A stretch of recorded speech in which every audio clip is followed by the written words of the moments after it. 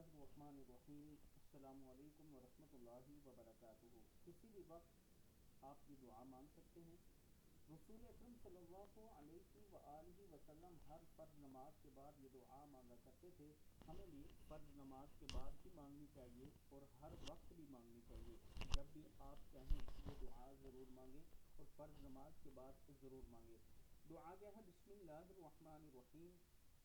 اللہم لا مانع لما اعطیت ولا معطی لما منعت ولا ينفع ذا الجد منک الجد۔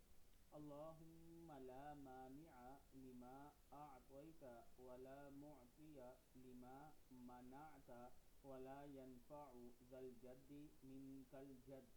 اے میرے پیارے اللہ، جو آپ نے دیا اس کو کوئی روکنے والا نہیں، اور جو آپ نے روک دیا اس کو کوئی دینے والا نہیں، اور کسی کوشش کرنے والے کی کوشش آپ کے مقابلے نفع نہیں دے سکتی۔